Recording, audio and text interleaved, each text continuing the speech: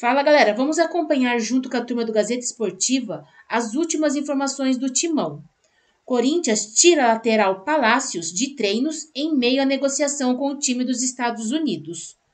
E também sobre um possível interesse no jogador Malcom, do Al Hilal. Vamos acompanhar aí as últimas informações. Ah, que legal, sempre bom reviver. A gente vai continuar falando de Corinthians por aqui, por isso eu quero esse primeiro contato com o Alexandre Silvestre, que está num evento recheado de ídolos do esporte brasileiro e tem notícias sobre o Timão também. Boa noite, Silver. O Corinthians está de olho aí em reforços para esse segundo semestre? Sim, está sim, querida. Tudo bem com vocês? Todos amigos, amigas, inimigos, simpatizantes. Eu estou num lugar muito chique de São Paulo, onde vai rolar logo mais à noite aqui um encontro com o pessoal do Legends Academy, o selo aqui atrás de mim, que na verdade é uma plataforma digital que ensina, através de cursos com especialistas, ex-jogadores e jogadoras, a galera a jogar futebol em alto nível. Também tem curso de gestão, mexe com a parte mental. Tudo sobre futebol, com muitos jogadores que vão comparecer a esse espaço logo mais à noite. O Juninho Paulista, o Silas, o Lugano, o Marcelinho Carioca, a Milene Domingues, a Formiga, ex-jogadoras de futebol e muitos ensinamentos a respeito do mundo da bola para quem quer se envolver, até na questão de gestão. Sobre Corinthians, o Corinthians que tentou o Biel, atacante do Sporting de Portugal, eu brinco assim na pronúncia, é o Sporting de Lisboa. Quando se tentou esse jogador, que é um jogador de beirada, 24 anos, mas o Sporting pediu muito, o Corinthians tentou por empréstimo, tentou algumas alternativas, não deu jogo. O Corinthians desistiu do Biel, que é uma necessidade detectada pelo Dorival Júnior, um atacante rápido de beirada. Mas foi oferecido ao Corinthians um centroavante, um cara mais fixo de área, 30 anos, o Carlos Vinícius, jogador que foi embora para o exterior muito jovem, com 22 anos, está na Europa desde 2017, começou em time pequeno de Portugal, passou por equipes importantes como o Napoli, o Mônaco, o Benfica, foi artilheiro, melhor fase dele de 2019 até 2020, quando ele marcou 24 gols em 47 partidas pelo Benfica, vestiu a camisa do Tottenham, do PSV da Holanda, do Galatasaray da Turquia, estava no Fulham, tem 30 anos como eu disse, é um jogador já experiente, jogador mais de área. O contrato terminou e ele foi oferecido ao Corinthians, que estuda a possibilidade. Não marca há mais de um ano, um golzinho sequer, mas tem aí uma boa rodagem pelo futebol europeu. Estamos falando, portanto, de Carlos Vinícius, oferecido ao Corinthians. O Corinthians estuda a possibilidade, sairia de graça, entre aspas, porque ele não está sob contrato com nenhum clube. O Corinthians arcaria com as luvas e os salários do jogador. Se der tempo, eu volto para falar mais de Timão, Marina. Tá certo então, Silvia. Obrigada aí por essas primeiras informações sobre o Corinthians. E sabe, meninos, vocês já vão comentar, tá? Sobre tudo isso aí que a gente falou sobre o Timão. Quero que vocês falem aqui sobre o... Quer comentar sobre o jogo festivo de sábado? Pode comentar. Mas querem falar sobre o mercado da bola? O Corinthians, então, desistiu da contratação do Biel, né? E também agora vindo com esse novo nome aí. O que vocês acham disso? Pode falar, Xará. Carlos Vinícius, que é o alvo do Corinthians agora... O que você pode falar de uma negociação como essa? Ele tem 30 anos, já passou por vários grandes times da Europa, Tottenham, Benfica, Napoli, Mônaco, jogou também no Rio Ave de Portugal. Só que o cara não marca um gol há mais de um ano. Então o cara está em jejum há mais de um ano, não faz um gol. 30 anos, não tem atuado muito. Não sei, cara. É muita loteria, né? Eu acho que é uma aposta muito grande. Mesmo vindo sem custos. Então, pelo fato de vir sem custos, dá uma amenizada. Você pode ali colocar e ver o que acontece. Se não der certo, beleza, tentamos uma negociação tranquila justamente por não ter que gastar dinheiro para contratar o jogador, mas a gente está pensando num Corinthians que precisa de soluções. Né? E uma aposta é sempre um risco. Qualquer contratação, na verdade, é uma aposta, mesmo se for um jogador badalado. Você vê times aí que contratam jogadores importantes e demoram para vingar, se é que vingam. Então, de repente dá certo, mas a chance de dar certo é menor do que um jogador que está no auge, que está jogando bem, que vem fazendo gols em um outro clube, que está em alta. Vamos ver, é uma tentativa, né? O Biel, que também não seria nenhuma maravilha, não vem mais, agora o Carlos Vinícius é o alvo. Acho que é o tipo de contratação que o Corinthians hoje tem condições de buscar. Não gosto dessa contratação. Acho que o Corinthians não precisa de jogadores assim medianos, né? Custo zero. Aquele negócio, o risco, né? A emergência, o emergencial, o risco e a aposta. Uma coisa é a aposta, outra coisa é o risco, né? É importante, é legal você arriscar em um bom jogador do que você apostar no jogador que tem 30 anos e não brilhou na Europa como a gente esperava. Tá certo, gente. E sobre o jogo de sábado? É legal ter esse tipo... Você, Miller, que você participa bastante, né? De jogos festivos e tudo mais, né? O Corinthians teve aí um bom público até no último sábado lá no Pacaembu. Para a torcida, ainda mais nesse momento sem jogos, né? A gente está sem jogos aqui, né? Tá rolando Mundial lá. Exatamente. Você pode falar do jogo aí. 1-1, Timão e Boca. Relembrando, né? A conquista do Corinthians em 2012, da Libertadores, né? Todos esses grandes jogadores do Corinthians estiveram lá presentes, né? Chicão, Tite, Emerson, Sheik, né? Danilo, protagonistas daquela conquista. E o time do Boca também, né? Eu acho que foi uma bela festa e sempre importante, né? Lembrar feitos bons do passado. Eu acho muito legal. Acho muito legal esse tipo de iniciativa. Ainda mais quando a gente recorre ao passado e põe na memória uma conquista desse tamanho para a torcida do Corinthians. É fantástico você ver os ídolos que conquistaram o título há 13 anos estarem em campo ali contra o mesmo adversário, os mesmos jogadores. Acho que foi uma festa muito bacana. E legal também o Boca Juniors, que foi a vítima, aceitar fazer esse jogo, né? Sim. Acho que é legal, porque nós perdemos, nós vamos de novo oferecer a eles a alegria de rememorar aquilo que nos entristeceu. Então é uma atitude até de grandeza dos jogadores do Boca Juniors toparem participar de uma festa como essa. Muito legal mesmo, gente. Estamos falando de futebol, mas agora chegou a hora. Agora eu vou querer chamar de volta o Alexandre Silvestre, porque ele tem mais coisa para falar sobre o Corinthians, sim, né, Silver? Conta aí pra gente, tem alguma novidade?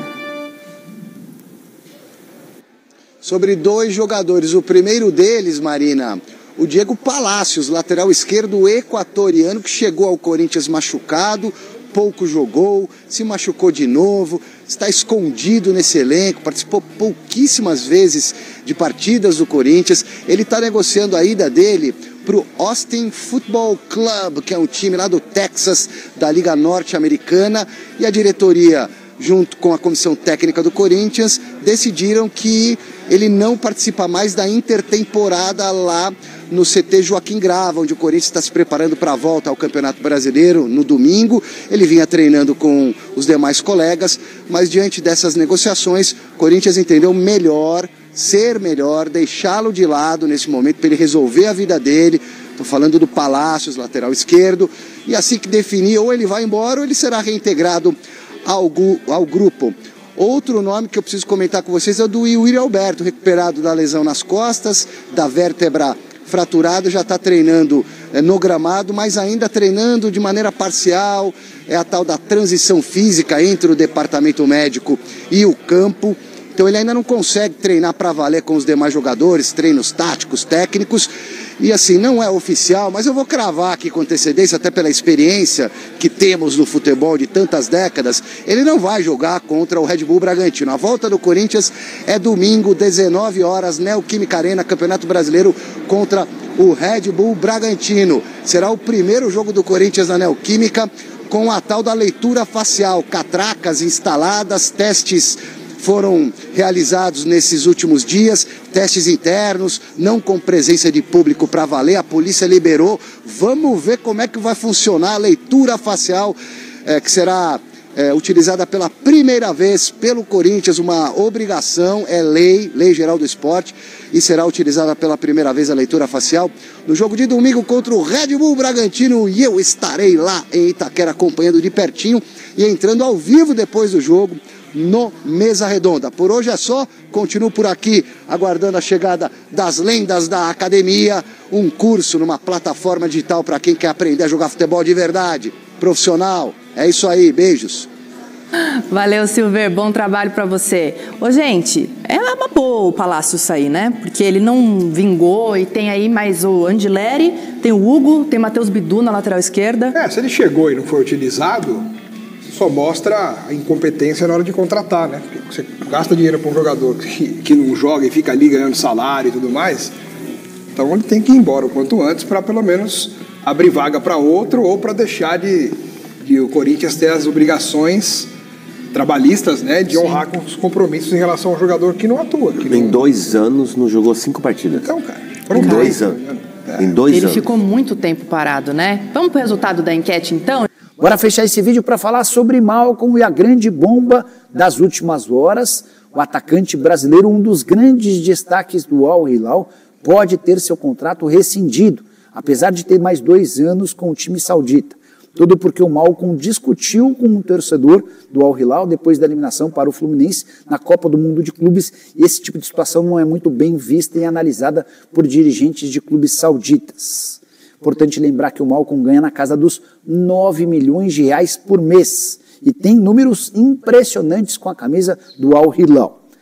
O fato de poder estar livre nas próximas horas fez com que vários torcedores de clubes no Brasil se empolgassem. O Flamengo já havia demonstrado a intenção de contratar o Malcom algum tempo atrás.